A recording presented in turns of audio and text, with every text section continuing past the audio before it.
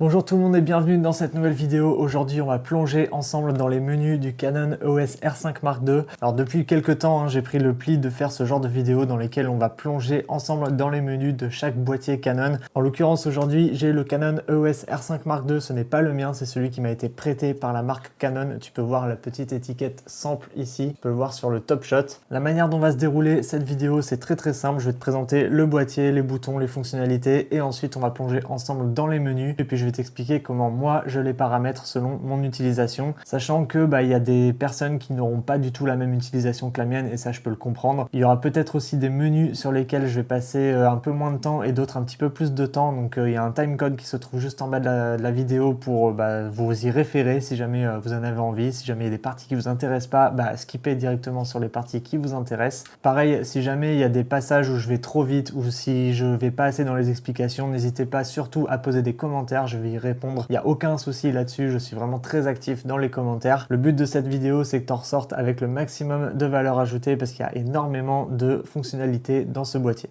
Donc j'ai ici le Canon EOS R5 Mark II, comme je te l'ai dit tout à l'heure, il y a une étiquette sample qui est juste là parce que c'est un produit qui n'est pas à moi, il m'a été prêté par la marque Canon. D'ailleurs, un grand merci à eux pour ça. Donc toi, si jamais tu achètes ce produit, cette étiquette ne sera pas là forcément. C'est un boîtier plein format de 45 millions de pixels. Lorsqu'on ouvre le capuchon, tu peux le voir ici. Alors il est recouvert, il y a une petite protection qui est devant, mais le capteur se trouve juste derrière. C'est ce qu'on appelle un boîtier mirrorless ou hybride. Moi j'aime pas trop le terme hybride, je préfère l'appeler mirrorless. Alors ce boîtier, comment il est présenté? On a tout d'abord la partie supérieure sur laquelle on va retrouver ici le bouton de déclenchement. On va avoir une molette de sélection qui va se trouver juste ici. Un bouton multifonction. Le bouton rouge, c'est pour enregistrer les vidéos. Ici, on va avoir un bouton pour le rétroéclairage de l'écran. Moi, personnellement, je m'en sers pas du tout. On va avoir le switch off, lock et on. C'est ici qu'on va allumer l'appareil. Le bouton mode ici, ça va être pour naviguer entre les différents modes. On le verra tout à l'heure sur l'écran. Une autre molette de sélection qui se trouve juste ici. Au milieu, ici, on a la griffe de flash, à savoir que cette griffe est une griffe électronique qui a des contacts directement. Donc, si jamais tu as des appareils tels que des micros ou des flashs qui sont compatibles, eh bien, ce sera alimenté directement grâce à cette griffe de flash électronique. À gauche ici, on a le switch entre le mode photo et le mode vidéo. Et si jamais tu te demandes ce que c'est ces petits trucs rouges, ce sont tout simplement des attaches Peak Design. Petit aparté, ça fait pas du tout partie du boîtier, c'est moi qui les ai rajoutées. À chaque boîtier que j'achète ou que j'utilise, je mets systématiquement ces petites attaches là. En fait, ça va me permettre d'utiliser ce genre de sangle. Voilà, tu as juste à la clipser comme ça. C'est hyper simple. Moi, c'est de cette manière que j'utilise tous mes appareils.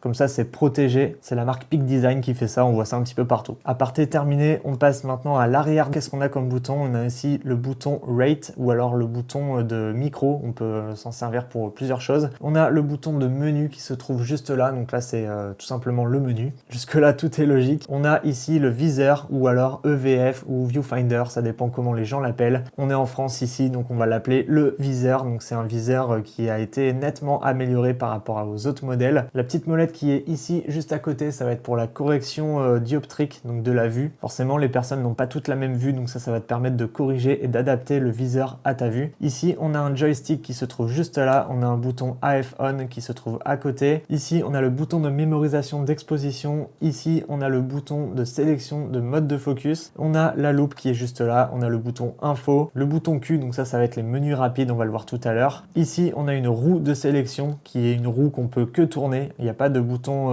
haut, bas, gauche, droite. On peut que la tourner, cette roue. Au milieu de cette roue, on va avoir le bouton Set. Donc là, ça va être pour sélectionner les modes. Le bouton de lecture et le bouton de suppression. Si jamais tu te poses la question, cette petite icône, c'est l'endroit où est positionné ton capteur. Donc ton plan focal commencera à partir de cette ligne ici. C'est une ligne imaginaire qui est tirée là. Mais il faut quand même imaginer que le capteur se trouve vraiment pile en dessous. Donc ça, c'est vraiment une indication pour te dire où est le capteur. Sur le côté, ici, on a plusieurs branchements. Donc on a tout d'abord une prise micro en jack 3.5, une prise casque pareil en jack 3.5. En dessous, on a la prise flash. À côté, on a ici la prise HDMI, donc HDMI de pleine taille. Ça, c'est un gros upgrade par rapport au modèle précédent. Et enfin, on a ici la prise USB-C. Ici et en dessous, on va retrouver deux petits espaces pour l'aération parce que forcément en vidéo, ça enregistrait des très gros codecs et du coup, ça surchauffait pas mal. Il y avait pas mal de soucis à ce niveau-là. Donc ce modèle-là a été amélioré puisqu'on voit ici des grilles d'aération laissant passer un petit peu la chaleur. l'intérieur. Et ça, c'est quelque chose que j'ai évoqué dans ma review. Je te laisse la regarder. La vidéo, elle s'affiche juste ici. Ici, on a l'emplacement pour venir insérer la batterie. Donc la batterie, c'est une LPE6P. Contrairement aux anciens modèles de Canon où c'est une LPE6N et LPE6NH, il me semble, cette batterie-là est un petit peu plus puissante et c'est justement cette batterie qui va te permettre de bénéficier de tout ce dont cet appareil est capable. Si jamais tu mets une autre batterie de type LPE6 mais qui n'est pas en P, eh bien tu seras limité, il y aura certaines fonctionnalités que tu ne pourras pas accéder. Aujourd'hui, je vais utiliser la LPE6P. Donc si jamais dans les commentaires tu me dis ouais mais cette fonction je peux pas y accéder, peut-être qu'il y a ce problème de compatibilité de batterie justement. Et la manière dont on insère la batterie, c'est hyper simple. Il suffit juste d'aligner les contacts électroniques. Tu l'insères, tu refermes et c'est plié. Sur le côté ici, on a un double emplacement pour des cartes mémoire. Donc on a d'un côté les CF Express type B et de l'autre côté les cartes SD classiques. Moi je recommande toujours d'utiliser des cartes avec une très bonne vitesse d'écriture. Pour ma part, j'utilise la marque Lexar en 300 mégabits par seconde en V90 UHS 2. Après la taille, forcément ça dépend de tes besoins. Moi 128 Go c'est parce que je fais beaucoup de vidéos et que ça se remplit très très vite. Mais il faut quand même choisir une très bonne vitesse de lecture et d'écriture sur la carte, surtout d'écriture, ça c'est hyper important. Pourquoi? Parce que sinon tu vas être limité, tu vas pas pouvoir enregistrer tous les codecs et ça va apparaître justement si jamais tu utilises des mauvaises cartes. L'appareil va te dire tu peux pas enregistrer tel ou tel type de vidéo. Donc la carte SD vient se mettre juste ici et la carte CF Express vient se mettre à côté et on referme le boîtier. Forcément un boîtier ça s'utilise avec un objectif. Moi j'ai ici le Canon RF 70-200 puisque tous mes autres objectifs sont pris pour le Top Shot et pour ce Facecam. Donc le 70-200 F4, la manière dont on insère un objectif c'est très simple. Il y a des petits liserés rouges qui se trouvent juste ici. Il suffit de les aligner. Hop,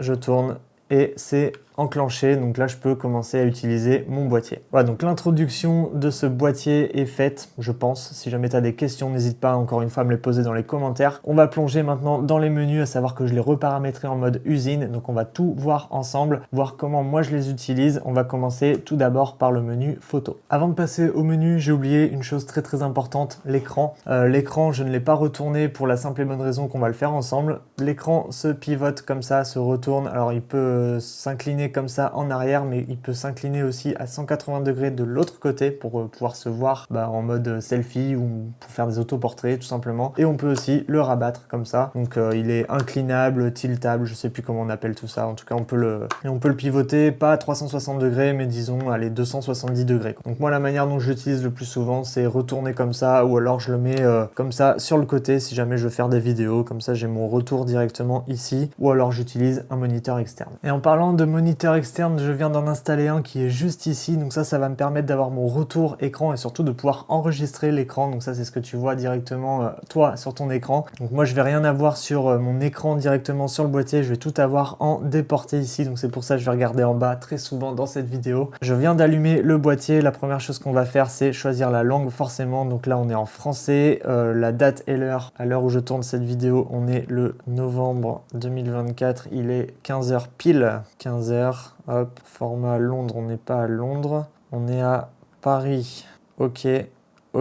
Prendre un moment pour connecter l'appareil photo à votre smartphone. Donc ça, on va pas le faire aujourd'hui, c'est pas ce qui va nous intéresser, donc on va annuler. J'enlève le cache pour qu'on voit un petit peu ce qui se passe. Donc là, on est sur un mode directement en sortie d'usine. On est sur le mode P. À savoir que si on est sur le mode P, on va pas forcément avoir toutes les fonctionnalités sur le menu. Donc moi, je vais appuyer sur mode et je vais me mettre en mode M. Voilà, comme ça, je vais avoir un contrôle vraiment optimal sur toutes les fonctionnalités que peut me proposer cet appareil. Et je vais faire une chose déjà dans les menus avant de commencer, hop, de désactiver tous les modes écho pour éviter que justement il s'arrête automatiquement lorsque j'enregistre cette vidéo. Et on est sur le menu numéro 1. Donc là on va commencer à plonger ensemble dans les menus. Donc pour ça je vais cliquer sur menu. La manière dont sont compartimentés les menus Canon c'est très très simple. Tout en haut on a le mode principal. Donc là on a le mode photo. Ensuite on va avoir le mode AF. On va avoir le mode de lecture, etc. Chaque menu va avoir une couleur qui va lui être propre. C'est assez bien pensé. La roue de sélection qui est autour du bouton mode, c'est celle qui va nous permettre de switcher de menu principal.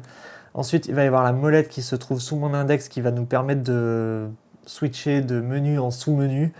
Et enfin, la molette du pouce, celle qui se trouve juste là, va nous permettre de naviguer dans le menu, donc de monter et descendre, et le bouton 7 de sélectionner. Donc le premier menu va concerner la qualité d'image, ensuite on va voir le type et la taille d'image, à savoir que là c'est réglé en L, donc là L c'est uniquement pour le JPEG, donc c'est un mode large, hein, c'est le mode standard JPEG de 45 millions de pixels, c'est 45 millions de pixels qui sont proposés par le capteur de ce R5 II. Moi je shoot très rarement en JPEG, je shoot exclusivement en RAW, mais on va le voir ensemble justement dans cette vidéo, il peut y avoir des cas de figure où on peut avoir besoin du JPEG justement, donc moi je vais le laisser activer. En revanche je vais activer le RAW également, et dans la qualité de JPEG, je vais passer à 10. Et puis les autres, ça va pas m'intéresser parce que c'est d'autres modes de JPEG. Donc pour revenir en arrière, j'appuie sur le bouton menu. Recadrage aspect, donc là on a full 1,6, 1,1, 4 tiers, 16 neuvième. Donc ça va être juste les ratios d'aspect. Donc le 1,1 par exemple, ça va correspondre à une photo de type carré. 4 tiers, tu l'as compris, le ratio 4 tiers, 16 neuvième, etc. Et le 1.6, ça va être un petit crop sur le capteur, ce qui signifie que on va pas utiliser la totalité du capteur, mais juste une partie. Moi, je vais le laisser en full parce que 45 millions de pixels, ça m'intéresse énormément d'avoir ça. J'ai pas envie de cropper sur mon capteur. Si jamais je vais recadrer mon image, je vais pouvoir le faire en post-prod. On passe déjà au menu suivant qui va concerner l'exposition. Il va y avoir plusieurs menus où je vais passer très rapidement parce que c'est des menus dont moi, personnellement, je ne me sers pas. Si jamais tu veux des explications en plus, moi, je t'invite à me le laisser en commentaire. La correction d'exposition, moi, je la laisse sur 0, tout simplement. Réglage de sensibilité ISO, on a une plage ISO qui va jusqu'à, il me semble, 102 400, ouais c'est ça. Donc c'est très rare hein, les fois où on va avoir besoin de l'étendre à ce niveau-là. Moi je vais quand même le laisser à 51 200 parce que j'ai pas forcément l'utilité de monter à 102 400. Plage auto, donc ça va être quand tu vas te mettre en mode automatique, il va pas dépasser les 12 800. Moi je vais le mettre à 51 200 parce que si jamais il juge qu'il y a très peu de lumière, il va pouvoir monter dans les ISO au-delà de 12 800. Vitesse d'obturation minimum, moi je la laisse en automatique. Hein. Après si jamais tu la mets en manuel, ça va être la vitesse d'obturation minimum qui va pas, il va pas descendre en dessous en fait. Donc si jamais tu mets à 1/125e, il descendra jamais en dessous 125e. Moi je le laisse en automatique, comme ça il fait ce qu'il veut. Alors prise de vue anti-scintillement, qu'est-ce que c'est que ce truc? Parfois il peut arriver d'être dans des situations un petit peu bizarres au niveau de l'éclairage où tu as des ampoules qui bug un petit peu. Enfin c'est pas qu'elles bug, c'est juste que il va y avoir des petits scintillements en fait. Ton œil il va pas les voir, mais lui le boîtier va les capter. Le fait d'activer ce mode là justement pourra empêcher justement à ce que tu aies ces espèces de liserés qui vont être capturés lors de ta prise de photo. Ensuite tu as le mode de prise de vue anti-scintillement HF, donc pour High Frequency. Si jamais tu l'actives et que tu reviens dans ton mode de prise de photo, tu vas avoir ici à ta vitesse d'obturation, tu vas avoir des données un petit peu bizarres, donc type 128.0. En fait il suffit tout simplement de te mettre en priorité vitesse et lui il va calculer directement la vitesse adaptée à ta scène et justement la valeur qui fait que tu n'auras aucun scintillement sur ton image. Moi je m'en sers très rarement, je m'en suis déjà servi quelques fois dans des gymnases, des choses où l'éclairage est un peu compliqué, mais c'est très rare quand je m'en sers. Donc ça je vais le laisser désactiver. Contrôle speedlight externe, donc ça va être pour tout ce qui est de la griffe de flash. Moi je n'ai pas de flash connecté ni de micro connecté directement à mon boîtier, donc je vais pas passer en revue ce menu là. Mode de mesure, je reste en mesure évaluative là-dessus. Détection priorité AE si AF, ça c'est la détection à la priorité d'exposition si autofocus, donc forcément je le laisse sur on. Le menu suivant lui va correspondre aux couleurs, aux tons et aux plages dynamiques. Donc le style d'image en défaut est réglé sur standard. Moi je vais le laisser sur standard. Donc moi vu que je shoot principalement en RAW, le style d'image ça n'aura quasiment aucun impact en fait sur la donnée du fichier final parce que j'aurai toutes les informations sur mon fichier. En revanche le style d'image ça va être ce qui va apparaître à l'écran lorsque tu vas prendre ta photo. Donc par exemple si tu te mets en portrait, paysage, neutre ou monochrome par exemple, donc ça va être du noir et blanc. Tu peux prendre une photo en noir et blanc, avoir ton rendu en noir et blanc directement sur l'écran, mais par contre vu que tu as un fichier RAW, lui il comporte toutes les données, aussi bien des couleurs que du noir et blanc et des hautes lumières et tout ça. Donc ce style d'image c'est typiquement ça en fait, c'est le rendu que tu vas avoir sur ton appareil et aussi sur tes photos en JPEG si jamais tu règles tes photos en JPEG. Donc moi je vais rester sur standard et je vais augmenter un petit peu, la saturation, je vais mettre à +1 et le contraste, je vais mettre à +2. J'aime bien quand mes photos sont contrastées, donc ça va être vraiment le rendu des photos que je vais avoir sur mon viewfinder ou sur mon écran. Espace de couleur sRGB, donc ça je vais le laisser comme ça. Clarté, je laisse comme ça aussi sur 0, c'est très bien. Prise de vue HDR PQ, donc ça c'est pour faire du HDR, donc les photos elles seront prises soit en RAW ou en HEIF, donc ça c'est recommandé, il le dit, de régler sur la priorité haute lumière. Là on on ne l'a pas fait encore, on va y revenir un petit peu plus tard. Et pour l'instant, ce mode, je le laisse désactivé. Correction automatique de luminosité, moi je le laisse sur off. Priorité haute lumière, nous y voilà ici. Donc si jamais on vient l'activer, lui il nous dit le HDR-PQ, c'est parfait sur ça, donc ok.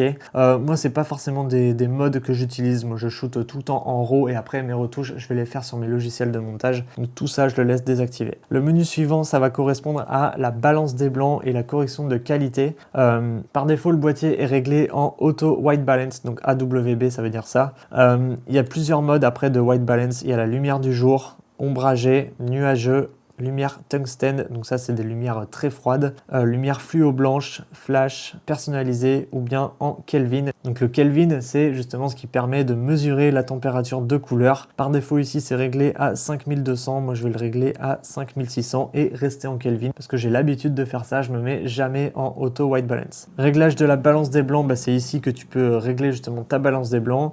Écart, bracketing, balance des blancs, moi je laisse sur 0. Correction, aberration, objectif.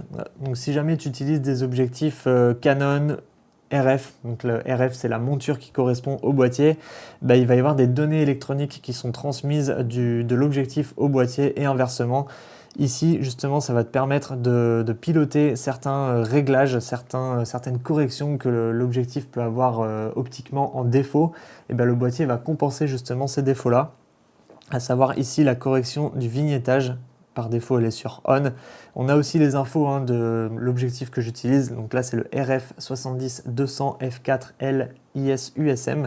Donc moi la correction de vignettage je la laisse sur on, en revanche la correction de distorsion je la laisse sur off parce que si jamais j'ai envie de corriger ça, tous les logiciels aujourd'hui de retouche sont capables de le faire. Optimisation objectif numérique, je laisse sur standard, c'est très bien comme ça.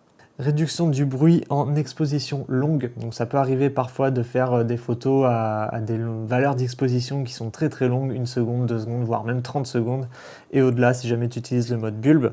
Et bien en fait ce mode là justement va te permettre de réduire le bruit numériquement sur ces photos. Donc moi j'ai pas trop envie que ça se passe comme ça non plus, je préfère avoir un vrai contrôle sur mes images. Ça je vais pouvoir le faire sur des outils tels que Topaz, DxO ou bien même les outils natifs de Lightroom. Maintenant il y a un très très bon outil de débruitage des RAW, donc je vais le laisser sur off. Réduction du bruit en ISO élevé, tu commences à comprendre ma logique, je vais le laisser comme ça aussi. En standard, c'est très très bien. Effacement des poussières, moi je vais pas le faire, j'en ai pas l'utilité. Le menu suivant, lui, va correspondre aux différents modes de prise de vue. Donc là, on a du bracketing d'exposition. Bracketing d'exposition, c'est un empilement de plusieurs photos prises à plusieurs expositions différentes. On va les stacker ensemble et on obtiendra une photo avec une très très grosse plage dynamique. J'ai déjà fait des vidéos à ce sujet, il me semble, donc je t'invite à aller les voir sur la chaîne. Donc le boîtier il propose ça en interne, on peut l'activer et choisir le nombre d'expositions, on peut choisir pas mal de paramètres. Je vais pas rentrer dans les détails mais sache que c'est là si jamais tu as envie de plonger un petit peu dedans. Ensuite on a du bracketing de mise au point, donc même principe que pour l'exposition mais cette fois-ci sur la mise au point. Tu vas déterminer le nombre de prises de vue, donc là par défaut c'est réglé sur 100 mais tu peux forcément changer ça. Le palier de mise au point, donc soit un palier étroit ou large, en fait il va prendre plusieurs photos et ensuite sur un logiciel de montage, toi tu vas les stacker ensemble pour obtenir une photo avec une mise au point qui serait impossible à obtenir nativement avec une seule photo par exemple. Ça c'est pareil, j'ai déjà fait des vidéos à ce sujet, donc si jamais ça t'intéresse d'aller les voir, encore une fois, je te les mets dans la description. Donc voilà, le bracketing de mise au point, il y a plusieurs réglages que tu vas pouvoir paramétrer. Je ne vais pas rentrer dans les détails, encore une fois, on passe au menu suivant. Alors ce menu-là, ça va être pour le contrôle de l'obturateur. Qu'est-ce que tu vas faire comme photo exactement? Quel mode d'acquisition tu vas avoir? On peut le voir ici, donc soit en vue par vue, en single shot, genre tu appuies une fois sur le déclencheur, tu vas prendre une photo. On a le mode haute vitesse en rafale plus. Ensuite, on a le mode haute vitesse en rafale. Le haute vitesse rafale plus, lui, va te permettre de pouvoir shooter en 30 images par seconde à l'intérieur du boîtier. Haute vitesse en rafale, il me semble que c'est 20 images par seconde, je suis pas certain. Et basse vitesse en rafale, je crois que c'est 12. Pareil, je suis pas certain. Je mets les corrections à l'écran si jamais je me trompe. Ensuite, on a le retardateur de 10 secondes, le retardateur de 2 secondes et le retardateur en continu. Donc, si jamais tu vas sur le retardateur en continu, tu peux sélectionner le nombre d'images et en gros, il va prendre une image. Il va attendre, il va reprendre une image, il va attendre, t'as compris le délire. Moi, je vais me mettre en vue par vue, puisque c'est ce que je fais le plus souvent. Alors ici, j'ai un menu qui est grisé. Si jamais je descends dessus et je clique, on peut comprendre pourquoi il est grisé. Donc il me dit mode d'acquisition. Alors qu'est-ce que j'ai comme mode d'acquisition? Je suis pas en rafale, ok. Donc si je me mets en rafale, là je peux activer ce mode-là de prise de vue pré-continue. Et cette logique-là, elle est dispo sur tous les menus Canon. Donc dès que tu as quelque chose qui est en gris, bah, tu cliques dessus et lui il va te dire en gros pourquoi tu peux pas accéder à tel menu. C'est parce que en général, il y a autre chose d'enclenché et du coup bah, il faut soit l'activer, soit le désactiver pour pouvoir revenir sur ce menu-là. Alors la prise de vue pré-continue, ça c'est quand tu l'actives, tu vas voir ici, on a le bouton pré qui est en haut à gauche. En gros, la prise de vue va se faire quasiment tout le temps lorsque tu vas appuyer sur ton déclencheur à mi-course. Après, tu as juste à activer ta rafale. En fait, ce que j'ai oublié de dire, c'est que ce mode, il va nous permettre de shooter jusqu'à 0,5 secondes avant d'avoir appuyé sur le déclencheur. Donc ça va être utile, notamment en sport ou en animalier, lorsqu'on a loupé le début d'une action. On active ce mode et comme le temps de réaction de l'humain est plus lent que celui du boîtier, eh bien ça va nous permettre d'obtenir nos photos, même si on a déclenché après le départ de l'action. Minuteur intervalle, pareil, je le désactive. Minuteur bulbe, bah là on n'est pas en mode bulbe forcément, donc je vais le laisser désactiver. Fonction obturateur silencieux, moi je vais l'activer, j'aime bien quand l'obturateur est silencieux. Mode d'obturation électronique. Ah oui, alors attends, on ne peut pas revenir là-dessus. Donc mode d'obturation électronique, moi c'est le mode d'obturation que j'utilise tout le temps. Si jamais je me mets en mécanique, en mode rafale plus, regarde, ça fait un bruit phénoménal. Donc du coup, moi j'ai pas forcément envie de me faire remarquer avec ce bruit-là. Donc je vais rester en électronique et passer mon obturateur en silencieux. Comme ça, si je fais une rafale, on n'entend absolument rien. Et bah, c'est de cette manière-là que personnellement j'aime bien travailler. Donc je vais régler ce menu-là comme ça. Déclencher l'obturateur sans carte, on ou off. Bah, il n'y a pas tellement d'intérêt à le laisser en on ou en off. De toute façon, moi, si je fais des photos, c'est pour les enregistrer. Donc je vais le laisser comme c'est. On passe au menu suivant. Donc le mode stabilisé, il est grisé. Pourquoi ? Objectif actuellement fixé, bah, je ne peux pas changer d'objectif, j'en ai pas d'autre. On peut activer la stabilisation en interne sur certains objectifs. Moi, cet objectif, il dispose déjà d'une stabilisation qui est activée, donc j'ai pas forcément besoin d'avoir une stabilisation supplémentaire. Toujours est-il que si jamais tu as des objectifs qui sont dispo avec ce mode stabilisé, bah, tu vas pouvoir gagner en stabilisation encore plus et faire des photos à main levée à par exemple 1/25e, 1/30e de seconde, etc. Donc ça peut être très intéressant dans des cas de figure où tu n'as pas de trépied, tu as une situation où tu n'as pas beaucoup de lumière et tu vas absolument faire ta photo, bah, tu vas pouvoir activer ce mode stabilisé. Personnalisation du contrôle rapide. Alors le contrôle rapide, qu'est-ce que c'est? C'est lorsque tu appuies sur le bouton Q et que tu as tous ces petits menus à droite et à gauche. Là, le mode d'autofocus, bah, tu peux le changer. Tu peux mettre autre chose à la place du mode d'autofocus. Tu peux pas forcément mettre ça. Pareil pour le RAW, par exemple, si jamais tu es sûr de tout le temps shooter en RAW et de jamais changer, bah, tu peux l'enlever et mettre autre chose à la place. C'est ici que ça se passe justement, la personnalisation du contrôle rapide. Donc tu peux modifier la disposition des éléments. Donc là, par exemple, je disais, je veux pas du RAW. Le RAW, il est où ? Type d'image, ça j'en veux pas. Anti-sentiment, ça j'en veux parce qu'on sait jamais. Sujet, j'en veux. White balance, style d'image, j'en veux pas. Mode de mesure, pareil, j'en veux pas. Et je vais mettre autre chose. Par exemple, qu'est-ce que je me sers souvent? Bracketing de mise au point, tiens, ça je m'en sers souvent. Contrôle par l'œil, tiens, j'ai envie de l'activer et le désactiver. Voilà, donc en gros, là, tu peux mettre sauvegarder et quitter. Et là, si je reviens sur le bouton Q, bah là, tu vois que j'ai mon contrôle par l'œil qui est là. J'ai mon bracketing de mise au point et mon mode de photo RAW, il a disparu. Donc voilà, en gros, tu peux aménager ton menu de cette manière. Délai de mesure 8 secondes, on va laisser comme ça. Revue des images, donc ça, c'est lorsque tu prends une photo, combien de temps et où sont revues les images. Donc la durée de revue est de 2 secondes. Moi, si je prends une photo, c'est que j'ai envie de la prendre, donc j'ai pas forcément envie de la revoir. Si jamais je veux la revoir, il y a un bouton qui est un bouton de lecture qui est vraiment prévu pour ça, donc je vais désactiver. Affichage du viseur, pareil, désactivé. J'ai pas envie de revoir les images que je prends parce que je sais que j'ai envie de les prendre. Affichage sans blackout. Honnêtement, j'ai pas remarqué tellement de différence avec ou sans blackout. Donc si je le mets sur on et qu'on va faire des photos, voilà, il n'y a pas de blackout. Et si je le mets sur off, bah, il n'y a pas tellement de blackout non plus. Donc je vais le laisser comme ça. Alors afficher simulation, ce menu-là, il est très intéressant. Pourquoi? Parce que là, par défaut, il est sur exposition. Si jamais je viens prendre une photo, par exemple, je fais ce cadrage-là, je veux prendre cette photo et je veux modifier les valeurs ISO.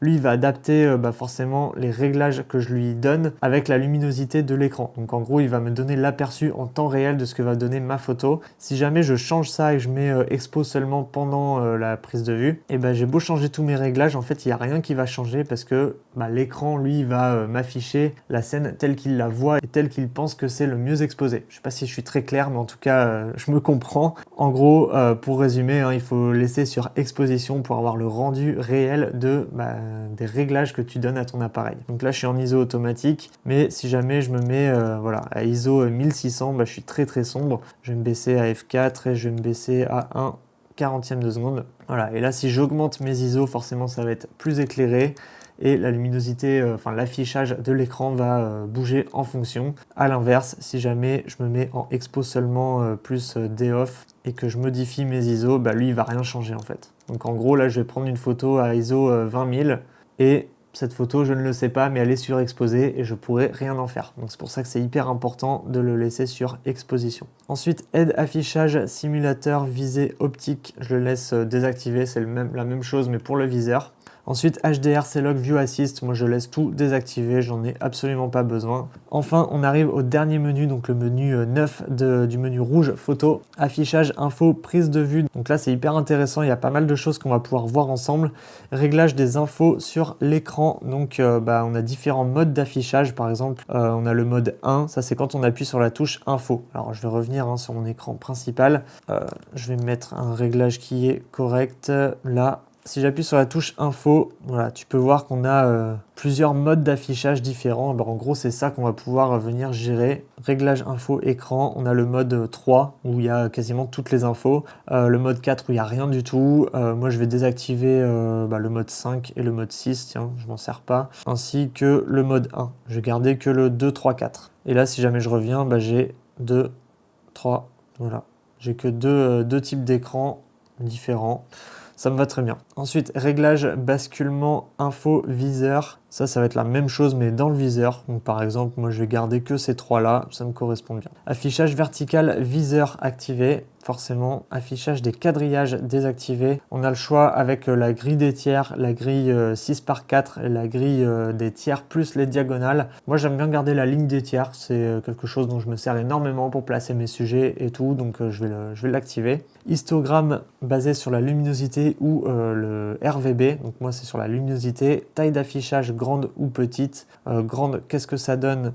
Ça donne quelque chose d'assez grand comme ça. Et si jamais je le mets sur petit, ouais, je préfère. Je vais le laisser sur petit, c'est pas mal. Ensuite, on a la taille du niveau électronique. Donc, le niveau, c'est ce qui va te permettre d'ajuster justement ta scène. Petite ou grande, moi je vais le laisser comme ça. Il est où mon niveau? Je l'ai même pas d'affiché. Ah, je l'ai même pas d'affiché le niveau. Ok, bizarre. Alors c'est peut-être parce qu'il y a l'écran qu'on peut pas l'afficher. Affichage, espace libre, pourcentage, carte ou carte pourcentage. Moi je le laisse sur off. En gros, ça va te donner en pourcentage le nombre de photos en haut à gauche qui te reste à prendre. Donc là j'en ai 4887. Si jamais je me mets en on, lui il me dit il me reste 84% d'espace de libre sur ma carte. Moi 84%, je ne sais pas du tout à quoi ça correspond en termes de nombre de photos. Moi je préfère savoir en termes de nombre de photos, c'est plus simple pour moi. Donc je vais le désactiver. Alors affichage, distance de mise au point, toujours, j'ai toujours envie que la distance de mise au point elle soit connue. Donc là, tu vois en bas qu'il y a une petite ligne qui vient d'apparaître. Donc ça, c'est la distance de mise au point. Si jamais je viens faire mon focus, je sais pas, bon là, je suis avec un 70 mm. C'est pas forcément le plus astucieux. Donc je serai toujours à 60 cm à peu près de mise au point. Mais en gros, si jamais je veux zoomer, voilà, là, tu vois, je suis à peu près à 80 cm. Là, je suis à peu près à 75 cm. Donc en gros, c'est ça. C'est l'affichage de la distance de mise au point. Ensuite, niveau exposition verticale, oui. Et affichage de la distance focale, ah oui c'est ça aussi, activé. Moi j'ai toujours envie de savoir à quelle distance focale je me trouve. Par exemple là je suis à 70, là si je zoome je suis à 124. Tu vois, j'ai toujours envie de savoir à quelle distance focale je me trouve à peu près de mon sujet. Ensuite affichage et réglage de la fréquence d'image, donc moi je vais le laisser en mode écho. Format d'affichage viseur 1 ou 2, moi je vais le laisser en 1, c'est le mieux. Affichage inversé, je vais le laisser activé. En gros, ce que ça va faire, c'est que si jamais tu retournes ton écran, ça va retourner aussi l'affichage de l'écran. Et à l'inverse, si jamais tu désactives ce mode-là, tu as beau retourner l'écran dans tous les sens, l'affichage sera toujours présenté de la même manière. Température, arrêt auto, je vais le laisser sur standard. Et on passe maintenant au menu des autofocus, donc le menu magenta. Savoir que ce boîtier dispose d'un autofocus aujourd'hui que je trouve vraiment exceptionnel. La manière dont il fonctionne, là ici on a opération AF, donc on a cerveau, one shot ou AI focus. Honnêtement, cerveau c'est le mode de focus continu. AI focus, ça va être un mode de focus simple, et one shot ça va être vraiment sur un point précis. Moi je vais le laisser en cerveau à, je sais pas, 99% du temps, parce que j'ai toujours envie d'avoir du suivi de sujet. Quand je traque quelque chose, quand je traque un sujet, c'est ce mode-là qu'il faut utiliser. Zone d'autofocus, alors c'est là où je vais pouvoir utiliser plusieurs zones différentes. J'aime bien utiliser cette zone-là, donc élargir zone AF autour. Je sais que beaucoup de personnes utilisent la zone complète aussi du capteur. Moi, c'est pas quelque chose forcément que j'utilise, ça peut être parfois dans certaines situations, mais j'aime bien pouvoir sélectionner à peu près la zone où je veux mon sujet, et ensuite je compose mon cadre, et si jamais mon sujet vient se mettre sur cette zone-là, l'autofocus fonctionnera. Mais ça peut arriver des fois aussi où j'utilise la zone complète, donc ça dépend. Après, tu as plusieurs points, tu as le AF spot, donc c'est vraiment un simple point, AF avec un seul collimateur avec une zone un peu élargie, etc. AF cerveau suivi zone entière, donc ça je laisse activer. Mode map, bouton objectif pour régler IS, moi ça je m'en sers pas. Détection des sujets, donc là ça va être très intéressant. Ce Canon R5 Mark II dispose de détection de sujets de personnes. Alors il existe un mode automatique où lui il va savoir mieux que toi ce qu'il va falloir prendre en photo, pas forcément nécessaire de le régler comme ça. Par défaut il est réglé sur personne, le plus souvent on prend des humains en photo, mais il y a aussi des animaux, des véhicules ou aucun. Moi personnellement je laisse sur personne. Ensuite détection de l'œil, donc soit en désactivé, il va pas chercher l'œil du tout, il va se concentrer exclusivement sur l'humain, la personne. Moi je le mets en automatique parce que dès qu'il voit un œil, il va forcément faire le focus dessus. Enregistrement priorité personne. Alors ça c'est une nouvelle fonctionnalité justement qui vient d'apparaître avec ce boîtier.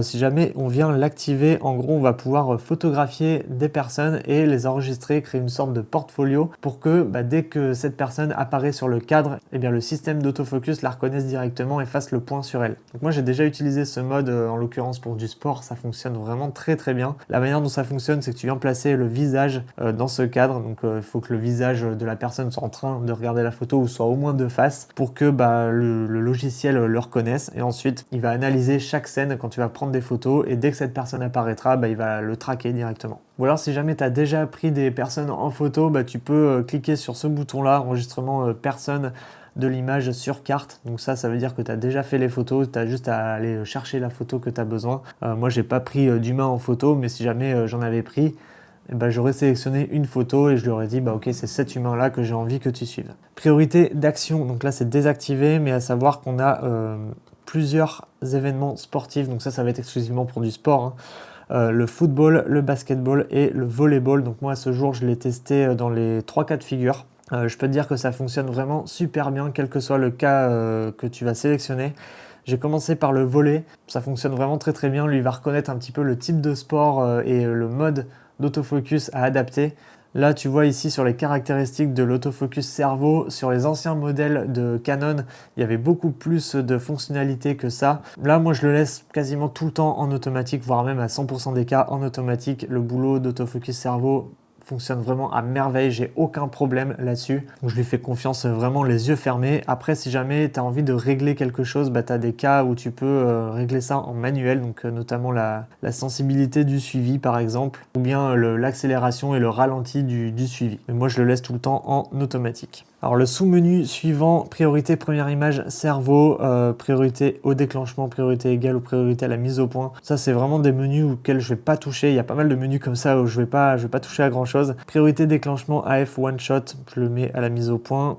Aperçu AF désactivé, pilotage objectif si AF impossible, je le laisse sur on. Faisceau d'assistance autofocus, parce que je suis en silencieux, je ne peux pas y toucher, mais il est sur off en permanence. Le faisceau, c'est ce petit bouton, ce petit témoin lumineux qui est là. En fait, il va venir s'éclairer si jamais tu es en mode d'obturation mécanique. Or là, je ne le suis pas, je suis en mode d'obturation électronique. Donc tout est éteint, tout est désactivé pour être le plus discret possible et moi, ça me va. Ensuite, limiter les zones d'autofocus. Donc ça, c'est si jamais tu n'as pas envie, par exemple, de ça, tu n'as pas envie de ça, voilà, tu n'as pas envie, celui-là, je m'en sers pas, zone 1, 2, 3, tout ça. En gros, tu peux sélectionner ce que tu veux ou pas voir apparaître sur l'écran. Et ensuite, quand tu sélectionnes tes zones d'autofocus, tu vois, tu as moins de choix que collimateur lié à l'orientation. Donc ça va être la position du collimateur si jamais tu passes du mode paysage au mode portrait. En gros, où est-ce que sera posé le collimateur? Si jamais tu changes du mode paysage au mode portrait, le collimateur va changer. Ou alors tu peux le laisser idem selon l'orientation, à savoir que si jamais tu le mets sur la gauche et que tu switches comme ça en mode portrait, il sera en bas. Donc ça c'est pareil avec le joystick, c'est très facile de le bouger, donc moi je le laisse comme ça à la même orientation. Limiter les sujets à détecter, non, moi je veux que tout soit accessible rapidement via mon menu rapide, donc je vais laisser ça comme ça. Détection œil gauche-droit, pareil. Donc ça va être un sous-menu qui va être lié au manuel focus, donc le focus manuel que tu vas régler via la bague de mise au point qui est juste là. Paramètres de repère manuel focus, moi ça peut arriver d'en avoir besoin selon les cas de figure. Donc je vais l'activer. Niveau élevé, oui. Couleur rouge, oui. Voilà, donc là j'ai mes repères. Guide de mise au point, j'ai envie de l'activer aussi. Donc là, en gros, c'est ma mise au point. Si jamais c'est vert, c'est que je suis en focus. Voilà, t'as compris le délire. En gros, si jamais tu désactives ça, t'auras aucun moyen de savoir si tu es en focus ou pas. Donc moi, je vais réactiver l'autofocus et je vais laisser ça activé pour que si jamais je passe en manuel focus, j'ai toujours des aides qui me permettent de bien faire mon focus. Mise au point manuel avec objectif, ça ne me concerne pas, je vais passer. Là ici, j'ai des petits réglages d'autofocus, donc est-ce que j'ai des pré-réglages à enregistrer? Donc ça, je peux aller les chercher forcément. Non, j'ai pas de pré-réglage à lui donner. URL guide de réglage autofocus, donc ça, tu scannes ce QR code, ça va t'amener sur un site où tu vas pouvoir comprendre vraiment comment utiliser ce menu. Le menu suivant va concerner le menu lecture, donc là ça va être le menu bleu, c'est lorsque tu vas revisionner tes images en appuyant sur le petit bouton de lecture qu'on a vu en début de vidéo. Alors tu peux protéger tes images, soit tu peux sélectionner toutes tes images et là tu mets une clé dessus, dans ce cas-là tu vas protéger tes images. Donc tu peux toutes les sélectionner, tu peux sélectionner des dossiers, etc. Ou déprotéger aussi les images par exemple. Tu peux effacer des images, à savoir que quand tu revisionnes tes photos, tu peux les effacer aussi manuellement. Moi je recommande pas forcément de les effacer dans le boîtier parce que tu peux faire des erreurs. Je conseille quand même de tout mettre sur un ordi et ensuite faire ton tri sur l'ordi, c'est beaucoup plus simple. L'écran est plus grand et puis tu as plus le temps aussi de faire ça sur l'ordi plutôt que sur le boîtier, sur le terrain. Faire pivoter toutes les photos. Donc ça c'est par exemple si jamais tu as fait des photos en mode paysage et en mode portrait, et bien à chaque fois que tu vas voir une photo en mode portrait alors que tu es en mode paysage, la photo ne sera pas redimensionnée, ne sera pas pivotée par exemple. Il y aura les bords noirs de chaque côté. Moi je t'avoue que je le fais pas non plus, donc c'est pas quelque chose qui va nous importer. Changer info, rotation, vidéo, ça c'est pareil, c'est pas quelque chose qui va me concerner. Classement, donc ça peut être intéressant par exemple si jamais tu as des images que tu veux absolument garder, tu vas pouvoir mettre une étoile dessus, d'où le bouton Rate qui est placé en haut à gauche du boîtier. Donc ça tu peux sélectionner des images et les classer comme tu en as envie. Tu peux copier des images et les enregistrer de la carte 1 à la carte numéro 2. Donc soit tu sélectionnes des dossiers ou toutes les images si jamais tu veux faire une redondance, avoir un backup et être sûr d'avoir toutes tes images sur les deux cartes. Tu peux faire ça, c'est possible. Ordre d'impression, moi c'est pas du tout quelque chose qui va me concerner parce que mon boîtier n'est pas du tout réglé à une imprimante.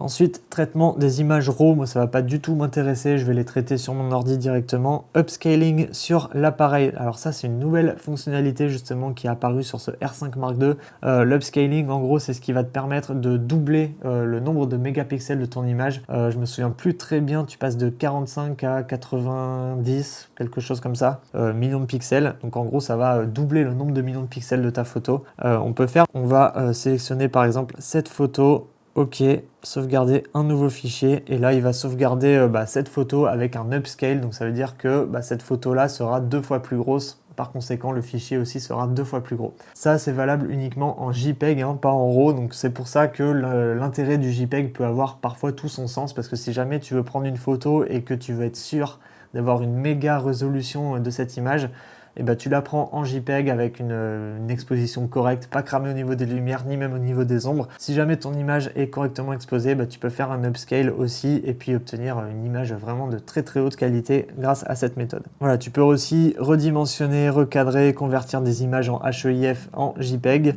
Diaporama, ça va être le mode de lecture. Aperçu VR, je vais passer en revue ce menu parce que moi il m'intéresse pas forcément. Régler les critères de recherche d'images, voir dernière visu, ouais bah forcément.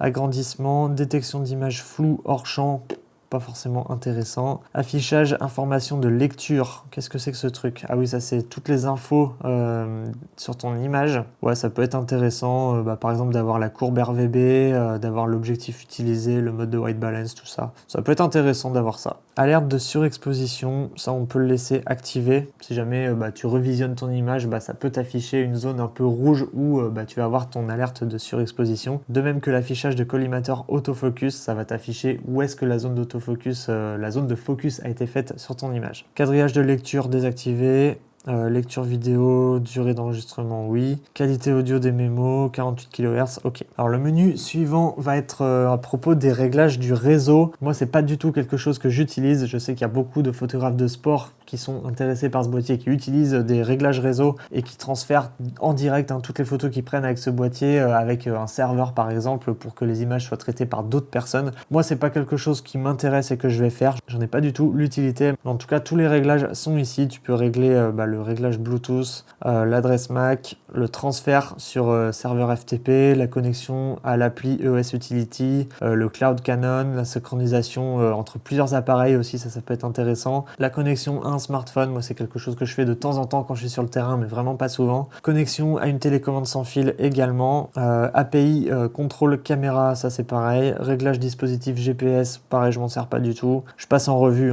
Et on arrive maintenant au menu jaune où là il va y avoir pas mal de réglages à faire également. Donc ce menu est composé de 6 sous-menus. Le premier c'est les réglages de fichiers et de cartes et en l'occurrence la sélection de fonctions d'enregistrement carte/dossier. Donc soit tu fais un enregistrement photo et vidéo séparé, à savoir que là je suis en mode photo depuis le début. Donc soit tu désactives l'enregistrement séparé, auquel cas les photos et les vidéos seront enregistrées sur la même carte, soit tu actives l'enregistrement séparé. Donc là, tu as l'enregistrement et la lecture. Donc là, tout est grisé. Tu peux pas sélectionner, tu peux rien sélectionner du tout. Mais l'enregistrement et la lecture des photos seront faites sur la carte numéro 2, donc la carte SD. Et l'enregistrement et la lecture des vidéos sur la carte CF Express, donc la carte numéro 1. Tu le vois en plus, la 1 et la 2 ont deux looks différents, donc tu peux vraiment pas te tromper. Sinon, tu peux désactiver et dans les options, tu peux changer ça. Donc enregistrement séparément, les photos et les vidéos. Les vidéos, tu peux enregistrer par exemple la vidéo principale sur la carte numéro 1 et en 2, tu peux enregistrer les proxys par exemple pour avoir une copie directement en sortie de boîtier. Donc c'est de cette manière-là que tu vas pouvoir enregistrer des proxys. Et là, tu peux changer la lecture des photos et des vidéos. Le dossier, c'est un dossier par défaut, il s'appelle 100 EOS R5. Tu peux le renommer si jamais tu en as envie ou créer un dossier. Ensuite, numéro de fichier en continu. Numéro de clip, pareil en continu. Tu peux modifier aussi le nom des fichiers. Donc pour les photos, par exemple, là par défaut c'est un 038A, mais tu peux changer, tu peux mettre image underscore image plus taille de l'image. Tu peux mettre un petit peu ce que tu veux et tu peux aussi mettre un réglage utilisateur. Par exemple, moi je vais mettre NPX underscore et là du coup voilà mon nom de fichier, chaque photo que je prendrai s'appellera npx. quelque chose. Pareil pour les vidéos, je peux faire ça. Formater la carte, c'est ici qu'on va pouvoir venir formater les cartes. Je vais le faire en direct devant toi vu que les photos de tout à l'heure elles n'ont servi à rien du tout. Donc la carte 1, les données seront perdues si je les formate. Oui, ok, il n'y a pas de problème. Carte directement ici. Rotation automatique, oui. Ajustement info rotation vidéo, c'est désactivé par défaut. Moi j'aime bien l'activer quand je me mets en vidéo. J'aime bien que les valeurs soient ajustées en fonction de la rotation de mon écran. Ici, date, heure, zone, on l'a réglé tout à l'heure, ça fait déjà 1 heure que j'enregistre cette vidéo. Langue, français, fréquence de système, 50 Hz. Ici, on est en France, on utilise le système PAL, donc c'est ici qu'on va pouvoir changer ça. Soit on utilise le système PAL ou NTSC. Il y a plusieurs régions du monde où on utilise le système NTSC. En l'occurrence, ici, ce n'est pas le cas. La taille du texte, le signal sonore, le volume, le moniteur audio, tout ça, ça se règle ici. La luminosité de l'écran, c'est pareil. La luminosité du viseur en automatique, moi j'aime bien le laisser comme ça. la teinte de couleur de l'écran et du viseur, donc tu peux régler, tu as plusieurs paliers, hein. Moi je laisse à peu près tout par défaut, hein. Tout ce qui est là je laisse par défaut. Réglage précis, teinte, couleur, viseur, voilà, tu peux vraiment tout modifier. Affichage écran viseur, donc soit on va avoir un basculement entre l'affichage de l'écran et du viseur lorsque tu vas mettre ton doigt devant, soit tout simplement l'affichage viseur, soit l'affichage écran. Moi ici ça va pas changer grand chose vu que je suis sur moniteur HDMI, donc ça va, je suis pas du tout branché comme ça, mais j'aime bien rester en auto 1. Agrandissement UI, moi je vais le désactiver. Résolution HDMI, je le laisse en automatique. Alors l'obturateur à l'arrêt, cette partie-là elle est grisée. Pourquoi? Parce que je suis réglé en fonction d'obturateur silencieux. Si jamais je viens éteindre mon appareil photo, eh bien le capteur ne sera pas protégé par la petite protection qu'on a vue en début de vidéo. Pour que ce soit protégé, il faut soit passer en mode vidéo et éteindre l'appareil, soit passer en mode d'obturation mécanique. Là, moi je suis toujours en mode d'obturation électronique, donc je prends le risque que mon capteur soit exposé. Si jamais je veux changer d'objectif, il n'y a pas de souci. En général, je suis quand même assez rapide pour le faire, donc mais je te conseille de passer soit en mode vidéo, soit passer en mode obturation mécanique pour pouvoir protéger ton capteur lorsque tu éteins ton appareil. Nettoyage du capteur à l'extinction. Savoir qu'à chaque fois que tu éteins ton appareil, le capteur est nettoyé. Mode écho, alors c'est la première chose que j'ai faite tout à l'heure avant de démarrer cette vidéo, c'est que j'ai désactivé tous les atténuateurs d'écran, arrêt d'écran, arrêt de viseur, tout ça pour pas être sans arrêt interrompu par des moments où j'explique et où l'écran s'éteint, c'est pas très agréable, donc j'ai tout désactivé. Et c'est aussi la manière dont je l'utilise en permanence, hein, ces boîtiers-là, je les désactive tout le temps pour que tout soit allumé en permanence. Ensuite, réinitialiser l'appareil, c'est la chose que j'ai faite au tout début, lorsque je me suis mis en mode usine. Donc soit tu peux réinitialiser chaque réglage, soit carrément la réinitialisation d'usine. Donc moi c'est ce que j'ai fait. Ici on a des modes de prise de vue perso. Donc on a sur la molette là ici de mode, tu peux avoir accès à des modes C1, C2, C3. Donc ça va être des modes de préenregistrement de réglage, en gros si tu veux. Et sur ça tu peux enregistrer justement des réglages. Donc mode de prise de vue perso C1, enregistrer. Et ça, c'est les réglages qui sont en bas de l'écran. Donc là, 1.60, f4, ISO 5000, ça va être mon mode C1. Donc dès que je vais passer sur mon mode C1, je vais avoir ces réglages-là, 1.60, f4, ISO 5000. Là, je vais passer en mode C2. Tu vois, j'ai un autre réglage, je suis en automatique à 100%. Et ça, justement, hein, c'est le mode C2 qu'on va pouvoir enregistrer. Donc là, enregistrer C2. Ok, donc là je vais passer en mode, je sais pas, priorité vitesse, tiens. Donc la priorité vitesse avec un ISO à 1000 par exemple. Et ça je vais l'enregistrer sur le mode C2. Comme ça, dès que je change de mode, j'arrive sur le mode C2 et là j'ai le C2 en TV 125e ISO 1000. C'est aussi simple que ça. Et tu peux faire exactement la même chose en enregistrant des modes qui sont présents sur d'autres boîtiers et les mettre sur celui-là via un fichier que tu vas mettre sur ta carte. Donc là tu peux charger aussi des modes sur ta carte ou enregistrer sur une carte. Et enfin, le dernier sous-menu jaune va concerner des infos à propos de la batterie. Savoir que là, il me reste 64% de batterie sur cette utilisation-là. Nombre de déclenchements, 168. J'ai fait pas mal de rafales. Et la capacité de recharge, c'est les 3 témoins verts. On a les infos de copyright, on a les infos de manuel et de logiciel, le logo de certification ainsi que la version du firmware. Donc si jamais un jour Canon, c'est peut-être déjà le cas si tu regardes cette vidéo, a mis une version de son firmware à jour avec de nouvelles fonctionnalités, et bien c'est ici qu'il va falloir venir, donc soit pour l'appareil photo, soit pour l'objectif. Pour l'appareil photo, il va falloir cliquer dessus et puis mettre une carte SD contenant le firmware à l'intérieur du boîtier. Lui, il va la reconnaître et il va falloir aller sur ce menu-là pour faire la mise à jour. Je recommande pas forcément de faire les mises à jour dès la sortie des firmware. Il faut en général attendre quelques semaines parce que on sait jamais, il peut y avoir des bugs. Chez les autres marques, c'est déjà arrivé qu'il y ait pas mal de bugs qui font que le boîtier est carrément mort après la mise à jour. Donc je recommande quand même d'attendre un petit peu, même si les fonctionnalités qui arrivent sont très alléchantes. C'est pas forcément recommandé de le faire dès la sortie. En général, il faut attendre quelques jours. Allez, on passe au menu suivant. C'est un menu, je sais pas trop comment on l'appelle, c'est un menu vert. Lui, il va nous permettre de personnaliser beaucoup de choses. En l'occurrence, le premier, les boutons pour la prise de vue, et pas que d'ailleurs, hein. Le bouton, ça c'est le déclenchement. Ça va te permettre d'assigner quelle fonction tu veux faire à ce déclenchement. Donc là, c'est une demi-pression sur ce bouton, et ainsi de suite. En gros, tous les boutons, et tu as même la disposition de chaque bouton. Ça va te montrer à quoi ça sert, et surtout, tu peux utiliser d'autres fonctionnalités si jamais il y en a dont tu ne te sers pas. Donc c'est là où tu vas pouvoir venir paramétrer vraiment tous les boutons.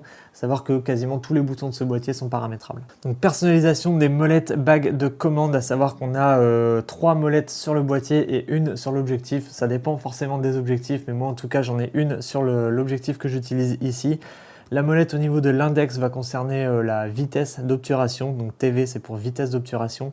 La molette qui est autour du mode va concerner l'ISO. La molette qui est à l'arrière du boîtier, donc à côté de l'écran au niveau du pouce, va concerner l'ouverture. Et enfin la dernière molette, donc ça va être celle qui va être placée au bout de l'objectif. En général c'est une molette avec un petit grip dessus. Moi j'aime bien ne rien mettre dessus parce que si jamais je suis amené à la bouger par mégarde et que ça modifie des valeurs, et ben ça va plus me poser des problèmes qu'autre chose. Donc j'aime bien ne rien avoir sur cette molette. Et c'est pour ça que je vais la désactiver. Ensuite, le sens des molettes pour régler, tu peux régler forcément soit de gauche à droite ou de droite à gauche. T'as compris, on peut faire ça sur un peu tout. Verrouillage multifonction, donc ça va être pour les molettes. Si jamais tu te mets en mode verrouillage, donc en mode lock, quels sont les paramètres qui seront verrouillés ou non. Donc là, le tactile n'est pas verrouillé si jamais tu te mets en mode lock, de même que la molette qui se trouve sur le dessus. Je vais laisser comme ça, moi ça me correspond très bien, j'utilise jamais le mode lock de toute façon. Ensuite, on va passer aux paramètres de toucher, déplacer, autofocus. Moi je le laisse sur désactiver. J'aime bien tout régler via le joystick, donc je vais laisser ça comme ça. Contrôle de sélection de zone autofocus, donc ça va être via le bouton multifonction. Donc là je reviens en mode de prise de vue, j'appuie sur le mode de sélection d'autofocus et là via le bouton de multifonction on peut déplacer, choisir le mode de prise de vue qu'on veut. Donc moi je vais garder celui-ci, celui que j'aime bien utiliser, et là tu vois avec la molette on peut venir le déplacer. On peut aussi utiliser la molette principale, donc là si jamais je reviens et que j'appuie sur la zone d'autofocus, j'utilise la molette principale pour me déplacer. J'avoue que j'aime bien en fait utiliser ça, donc je vais rester là-dessus. Ensuite sensibilité de la sélection d'autofocus, donc 1, 0 ou -1, moi je vais rester comme ça. Rotation de la bague de mise au point, j'ai envie que ce soit dans le sens où c'est logique, donc dans le sens où je suis toujours habitué, donc je vais laisser comme ça. Sensibilité de la bague de mise au point de manuel focus. Donc ça va être la sensibilité lorsqu'on va passer en focus manuel. On peut régler la sensibilité, donc soit liée à la rotation de la bague, soit liée à la vitesse de rotation. Moi je vais pas y toucher, je vais laisser ça comme ça. Ensuite, personnalisation des boutons pour la lecture. Donc ça c'est lorsque tu lis des photos ou des vidéos, tu peux assigner des boutons. Donc en l'occurrence là le bouton rate, donc ça va être pour assigner une étoile par exemple, ou 2 ou 3 ou 4 ou 5 à tes photos pour les classer selon tes ordres de préférence. Voilà, tu as plusieurs boutons sur lesquels tu vas pouvoir régler plusieurs paramètres. Saut d'image par molette, donc là ça va être si jamais tu lis une image, si jamais tu t'appuies sur cette molette là, ça va les skipper de 10 en 10. Avec cette image là, ça va les sauter en chaque première image de la scène, donc si jamais tu fais des rafales, ça va skipper à la première image de la prochaine rafale. Je sais pas si tu as compris, mais en gros c'est comme ça. Ensuite, basculement des molettes pendant la lecture, je vais le laisser sur off. Menu suivant, contrôle par l'œil. Donc là, par défaut, il est désactivé, à savoir que ce boîtier possède un contrôle d'autofocus via l'œil. Donc en fait, il va falloir le calibrer. Donc pour ça, il va falloir l'activer dans un premier temps. Et ensuite, choisir un numéro de calibration. Donc tu peux calibrer jusqu'à 6 profils différents. Moi, je vais me mettre en numéro 1. Et donc là, il me dit qu'il n'est pas calibré forcément. Et là, on va aller sur calibrage. Commencer le calibrage. Alors là, je peux pas le faire parce que mon viseur est désactivé à cause de l'écran. En fait, ce que ça va te demander de faire, c'est de regarder un point précis et lui, il va contrôler selon ton iris où tu regardes. Si jamais tu regardes le point précis, ensuite, il va te mettre plusieurs points à l'écran. Il me semble qu'il y en a un à gauche, un à droite, un en haut, un en bas. Je crois que c'est comme ça. Tu en as 4 au total et une fois que tu as fait les 4 et que tu as validé, eh bien lui, il va pouvoir procéder à la calibration et suite à ça, eh bien, tu vas pouvoir utiliser ton œil comme sélecteur d'autofocus en gros. C'est lui qui va diriger selon ton regard sur ta scène où le focus va se faire. Donc par exemple, tu veux regarder en haut à droite, ton sujet se trouve en haut à droite, et bien lui, il va faire le focus en haut à droite parce que c'est ce que ton œil regarde. Voilà, c'est tout simplement comme ça que ça fonctionne. Et aussi, tu peux charger des pré-réglages sur d'autres boîtiers ou sauvegarder tes pré-réglages sur ta carte SD et les mettre sur d'autres boîtiers. Donc là, après, tu peux régler tes affichages de curseur, soit en mode attente prise de vue, sensibilité, tu peux régler en +2, -2, 0. Couleur, tu peux mettre orange, violet ou blanc. Moi je t'avoue que orange c'est le mieux parce que violet il est trop sombre et blanc parfois je le confonds avec d'autres réglages. Taille de l'affichage standard ou petit, standard c'est très très bien comme ça. Et format d'affichage, soit c'est un rond qui ressemble à un œil, soit une espèce de cible comme ça. Moi je garde le rond. Commande tactile, moi je le laisse en standard. Parfois je m'en sers pas du tout. Et ici tu peux réinitialiser tous les contrôles perso. On passe au menu suivant, le menu orange qui comporte 4 sous-menus.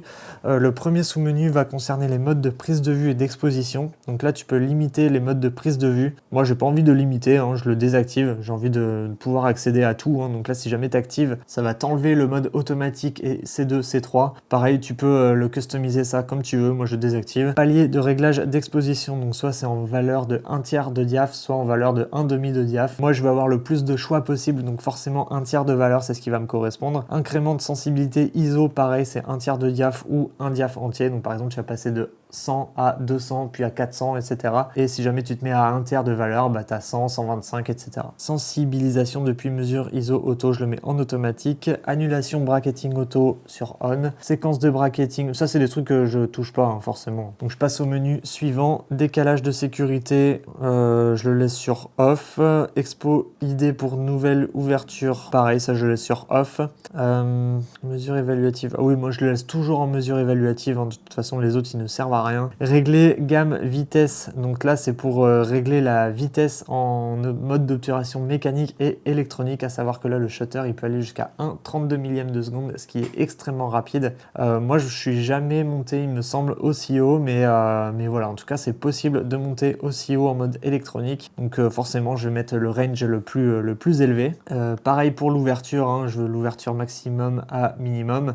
Micro ajustement exposition auto, je le mets sur off. Pareil pour le flash, je m'en sers pas. Vitesse prise de vue en rafale, donc là rafale plus on est à 30, haute vitesse on est à 15 et basse vitesse on est à 5, donc ça corrige justement ce que j'avais dit en début de vidéo où je m'étais trompé. Donc on va rester comme ça, hein. On peut pas aller à plus que 30, donc on va garder le mode rafale plus à 30 images par seconde, ce qui est très bien comme ça. Limiter le nombre de vues en rafale, désactiver. Moi j'ai envie de faire des rafales parfois de 2, 3, 4 secondes jusqu'à ce que la carte puisse plus enregistrer en fait, donc je le laisse désactiver.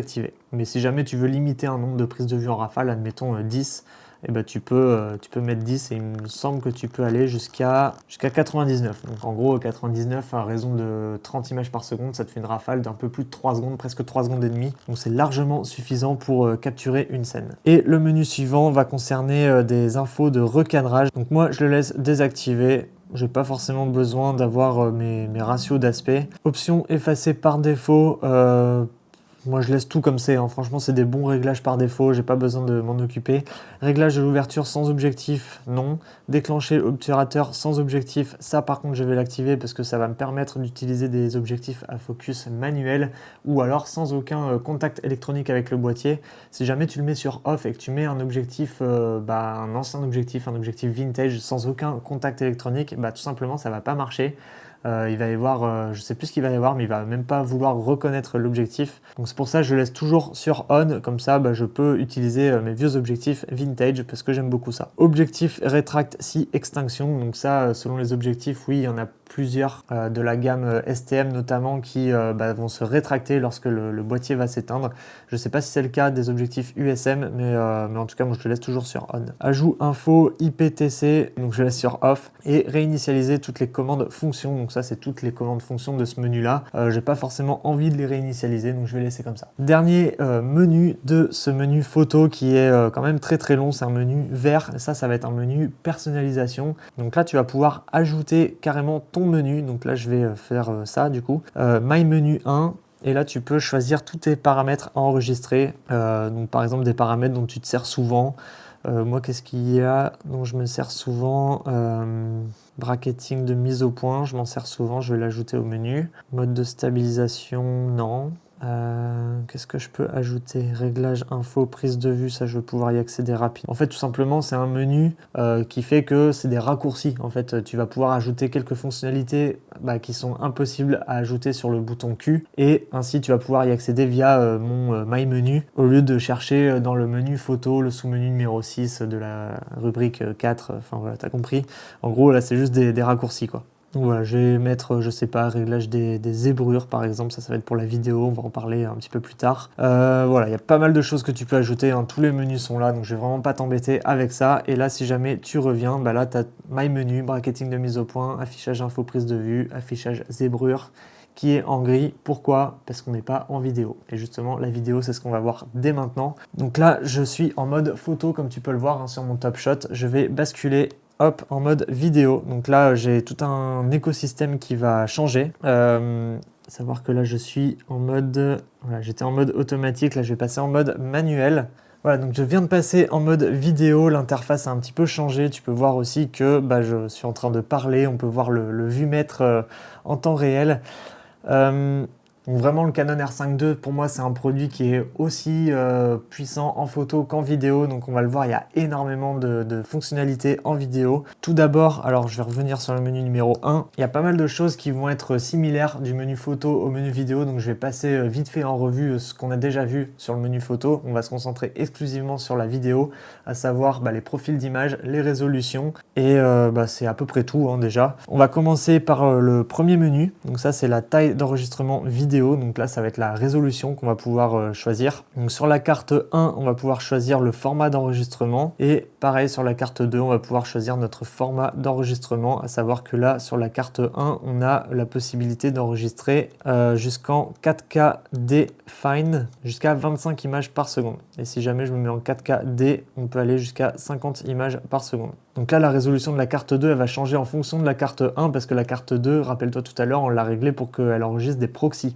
Donc du coup, là, si je me mets en 4K U, lui, il se met en Full HD. Et là, si je me mets en 4K D, lui, il se met en 2K. Donc voilà, en gros, ça va être ça à peu près. Cadence rapide, donc là, c'est désactivé parce que justement, on est en proxy et qu'il ne peut pas enregistrer de cadence rapide parce qu'il y a le proxy activé. Donc, je vais rester en 4K D, sachant que ici, en haut, tu as le débit de vidéo. Donc là, on est en long hop à 100 mégabits par seconde et ça nous donne aussi la durée totale d'enregistrement. Donc là, on a sur une carte CF Express de 512 Go, on a 10 heures d'enregistrement en 4K dessiné. Donc je vais laisser comme ça. Ensuite, on a les formats d'enregistrement principaux. Donc par défaut, il est réglé en XF AVC-S YCC 420 8 bits. C'était long à dire. Je peux également utiliser le 422 10 bits, le XF-HEVC en 420 et le XF-HEVC-S en 422 ainsi que l'Euro. Moi, ce que j'utilise le plus, c'est le XF-HEVC-S en 422 10 bits. C'est un plus gros codec forcément que le 420 8 bits XF-AVC. Le XF-AVC, en gros, ça va me donner des fichiers MP4 classiques. Le XF-HEVC, je peux contrôler un petit peu plus. Comme tu peux le voir ici, on peut accéder au...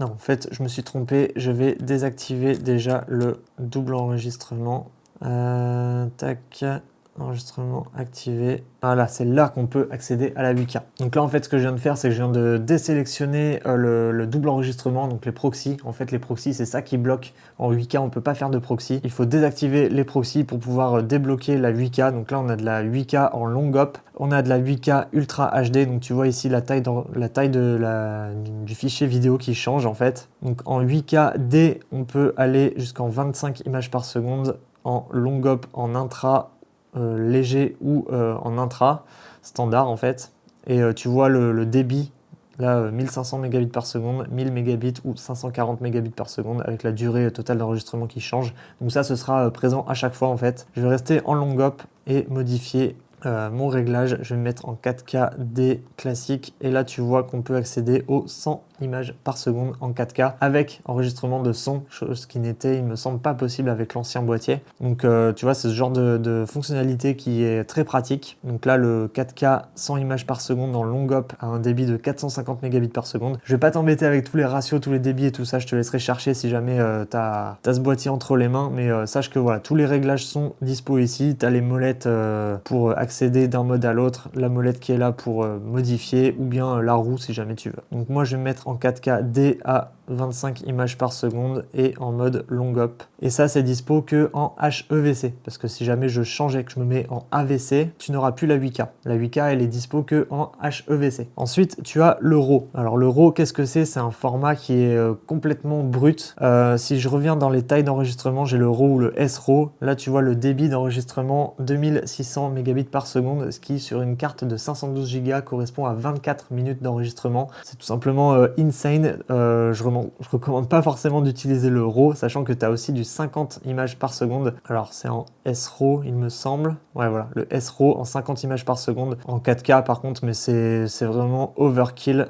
C'est vraiment pas utile d'utiliser ça. En 8K je l'ai testé hein, mais ça me donne des fichiers qui sont tellement volumineux, il faut avoir les bonnes ressources aussi graphiques derrière pour pouvoir les gérer. Donc moi je te conseille déjà XFHEVCS en 4.2 de 10 bits, c'est là où tu auras les meilleurs compromis taille de fichier et qualité d'image. Et parfois aussi hein, tu peux utiliser la 4K Fine. En fait la 4K Fine c'est une 4K qui utilise toutes les données du capteur, c'est-à-dire que le capteur va enregistrer à une résolution qui est supérieure mais que le résultat sera quand même en 4K.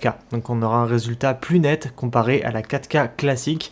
La différence elle est minime lorsqu'on regarde sur le boîtier, mais si on se penche dessus et qu'on fait des vrais comparatifs, eh bien on note quand même une différence. Moi je dirais que dans la plupart des situations, la 4K classique elle suffit. Ensuite, recadrage de film activé ou désactivé, moi je le désactive tout le temps. Double prise photo et vidéo, donc là il est en off. En gros tu peux grâce à ce boîtier prendre des photos pendant que tu filmes. Par exemple en appuyant sur le déclencheur, mais ça c'est dispo il me semble uniquement en profil d'image standard, pas en log. Donc là par exemple je peux le faire je pense si jamais je l'active.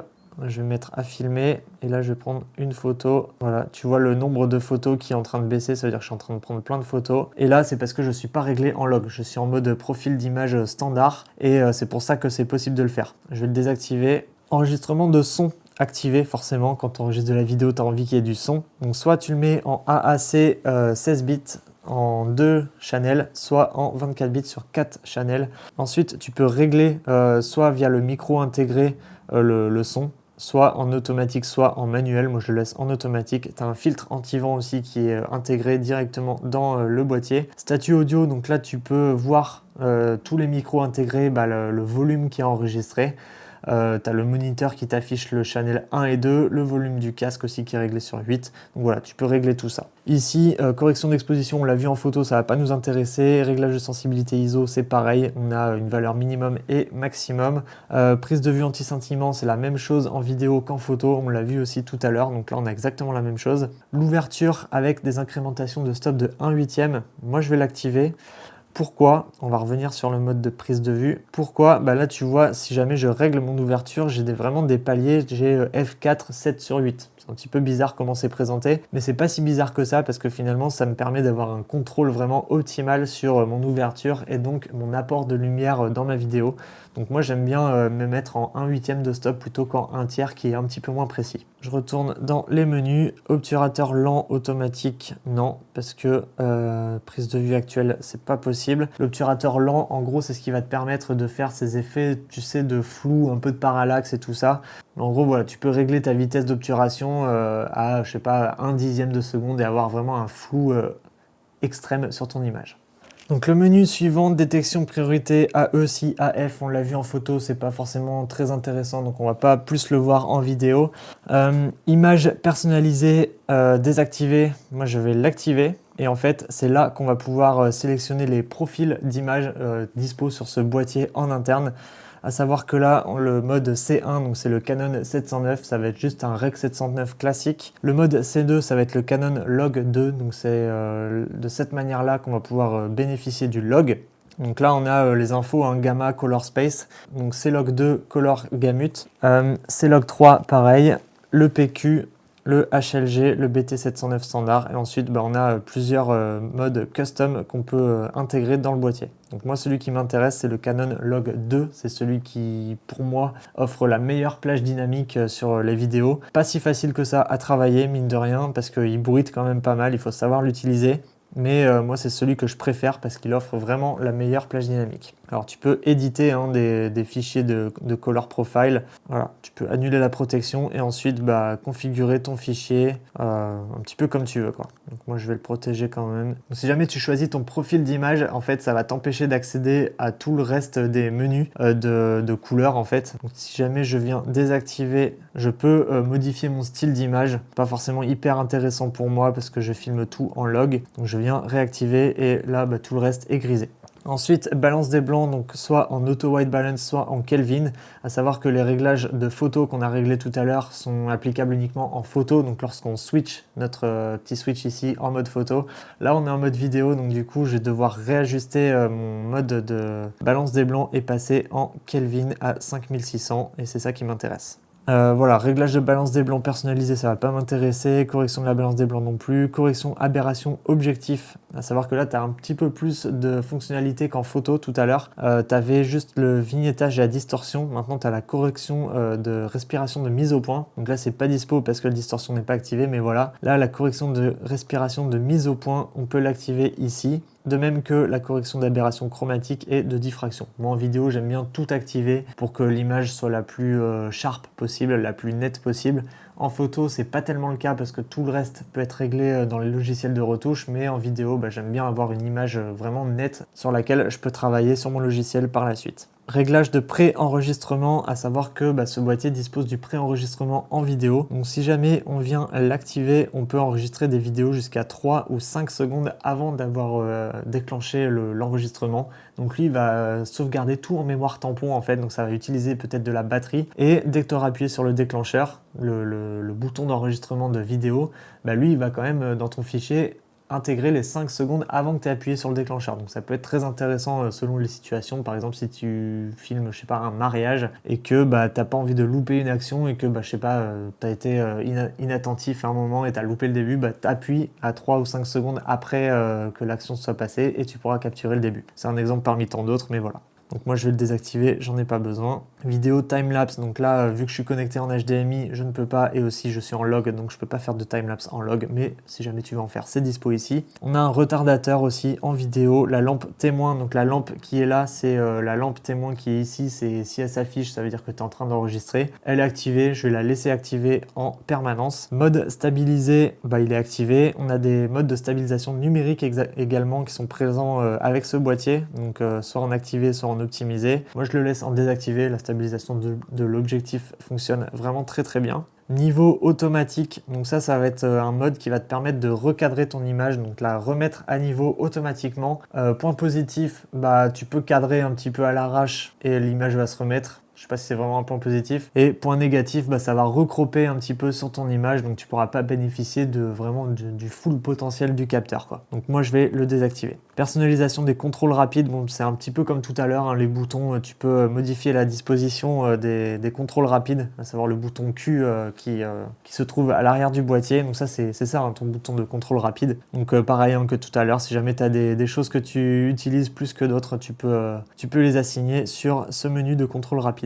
Moi je vais pas te le faire ici dans un souci de temps. Délai mesure, c'est pareil que tout à l'heure. Métadonnées, donc ça peut être hyper intéressant si jamais tu bosses en équipe, si jamais tu fais de la production VFX, des choses comme ça. Les métadonnées, ça va être un fichier XML qui va être joint à ton fichier vidéo. Enfin, ça va être 2 fichiers séparés, mais en gros, ça va être un fichier qui va comporter toutes les données d'enregistrement de ta vidéo. Donc ça peut être très intéressant si tu shootes en XF HEVCS en 422 10 bits. Je crois même que c'est dispo en XF AVC, mais du coup en fait ça va te permettre d'avoir toutes les métadonnées en fait de tes fichiers et ensuite l'équipe qui pourra gérer les fichiers aura en direct toutes les infos qui auront été enregistrées. Je vais pas te prendre la tête avec ça. Moi je le désactive. Timecode, donc c'est ici qu'on va pouvoir gérer les paramètres du timecode. HDR, C-Log, View Assist, moi je m'en préoccupe pas. Réglage des fausses couleurs, donc là on peut les désactiver ou les activer ici. Moi je les désactive. Réglage des zébrures, c'est pareil. En général quand je fais de la vidéo, j'ai toujours un moniteur externe qui a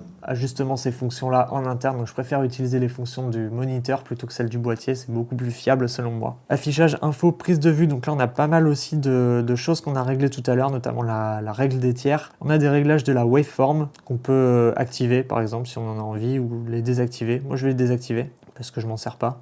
Niveau électronique, marqueur d'aspect, ça peut être intéressant si jamais tu fais du 9-16 ou un ratio 2-35, tiens par exemple pour de la fiction. Voilà, donc tu vas avoir des lignes qui vont être présentes en haut et en bas de ton cadre, ça va te permettre de mieux cadrer ton image. C'est ici que ça se passe. Écran contrôle rapide, ça c'est pareil qu'en photo tout à l'heure. Format d'affichage viseur, pareil qu'en photo. Affichage inversé, ça c'est pareil, c'est quand tu retournes l'écran, c'est la même chose. Température arrêt auto standard, pareil qu'en photo, on laisse comme c'est. Veille basse résolution activée. Avertissement fermeture en on. Affichage HDMI, donc moi j'ai changé, j'ai mis sur moniteur uniquement parce que sinon j'avais la duplication et ça enregistrait pas ce qu'il y avait sur le moniteur comme ça le fait là. Donc du coup moi je préfère enregistrer pour que tu vois tout en direct, mais si jamais tu veux dupliquer les affichages, c'est le premier qu'il va falloir choisir. Sortie RAW HDMI, donc là je peux pas vu que je suis en train d'enregistrer l'écran, mais si jamais tu veux enregistrer via un enregistreur externe comme j'ai ici l'Atomos Ninja 5, eh bien tu peux enregistrer sur un disque dur. Plage de sortie HDMI pour C-Log, ouais ok. Priorité à la gamme complète, ouais, pas de souci. Donc on en a terminé pour le menu principal vidéo. Ensuite, ça va être des menus d'autofocus, donc ni plus ni moins que la même chose qu'on a vu tout à l'heure. Sujet à détecter les personnes, détection de l'œil, vitesse AF cerveau, pilotage objectif, donc ça on passe. Paramètres de repère manuel focus, je vais l'activer parce que souvent j'utilise des objectifs à focus manuel et ça j'ai envie d'avoir des repères justement. Pareil pour le guide de mise au point, ça je vais tout activer. Ça va être le menu lecture, pareil que tout à l'heure, je crois que c'est exactement le même. Les réseaux, la même chose, je vais passer en revue rapidement. Le menu des réglages, donc là il me semble qu'il n'y a rien qui change entre la photo et la vidéo, donc je vais laisser comme ça. Pareil pour ces réglages là, non il n'y a rien qui change, tout est pareil. Je m'assure que les menus soient exactement les mêmes. Voilà, déclencher obturateur sans objectif, c'est toujours sur on. My menu, toujours sur on.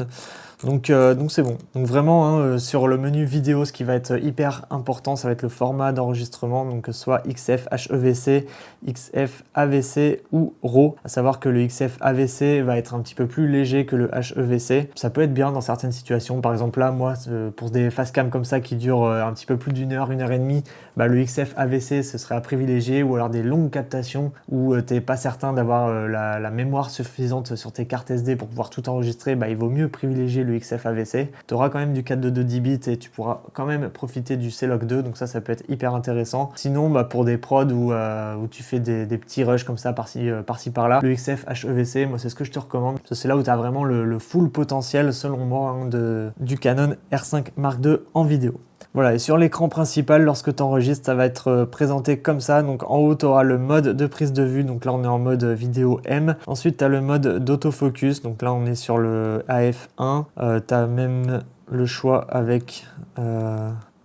tous d'ailleurs. Voilà, tu as AF avec la zone de collimateur un peu autour. En dessous, tu as la carte mémoire qui va être sollicitée pour l'enregistrement. Donc là, c'est la carte CF Express. Juste en dessous, le format d'enregistrement. Donc là, on est en 4K D en 25 images par seconde en long hop. Tu as les paramètres d'audio qui sont là. Donc là, tu peux régler le volume directement. Tu y accèdes très facilement. Donc là, je sature un petit peu. Donc je vais baisser le volume. Je me mets à 4. Hop, je me remets en info. Là, tu peux revenir en arrière. Tu as la stabilisation, donc soit tu peux l'activer et tu vois le crop en direct. Il est très impressionnant. Donc moi, je le désactive. Tu as la température de couleur en Kelvin, donc ça, tu peux le modifier également. Tu peux aller jusqu'à 10 000, il me semble. Ouais, 10 000 Kelvin. Et au plus bas, tu peux aller jusqu'à 2500. Donc moi, je vais garder 5006, c'est très bien. Et enfin, tu as le sujet à détecter, donc les humains, les animaux, les véhicules, ou moi je reste sur les humains. Et à ça, tu peux rajouter, il y a des espaces ici, entre les deux, là, tu peux ajouter d'autres menus si jamais tu en as l'utilité. Donc voilà, c'était une très très longue vidéo. Je te remercie infiniment de l'avoir suivi jusqu'au bout. J'espère que tu n'as pas été perdu. J'espère surtout qu'elle t'a été utile, cette vidéo, pour t'aider à prendre en main du mieux possible ce boîtier. À savoir que les menus qu'on a vus ensemble, ça correspond à mon utilisation, donc quelqu'un qui fait les deux, à la fois de la photo et de la vidéo. C'est pour ça que je me suis réglé en log. C'est pour ça qu'il y a certaines fonctionnalités sur lesquelles je ne suis pas passé, parce que c'est quelque chose qui personnellement ne m'intéresse pas. Quoi qu'il en soit, si jamais toi tu as des questions, des remarques, des recommandations, l'espace commentaire il est là pour ça. N'hésite pas, surtout je réponds à tous les commentaires. Si tu as des interrogations selon des menus, si jamais il y a quelque chose que tu sais pas trop à quoi ça sert, si jamais tu as des choses à ajouter aussi sur cette vidéo, parce que je suis pas passé vraiment dans tous les détails de chaque menu et de chaque sous-menu. Il reste encore des choses à voir sur ce boîtier, mais je considère quand même que 95% du menu a été vu. Code créateur Nico sur IPLN, c'est vraiment le meilleur moyen de soutenir mon travail sur cette chaîne. Je passe des heures comme ça à faire de ce genre de vidéos. Ça demande des heures de tournage et surtout des heures de montage. Donc si jamais tu passes par la boutique IPLN pour faire tes achats, code Nico, je t'en serai éternellement reconnaissant. Et moi je te dis à tout de suite dans cette nouvelle vidéo qui s'affiche juste là.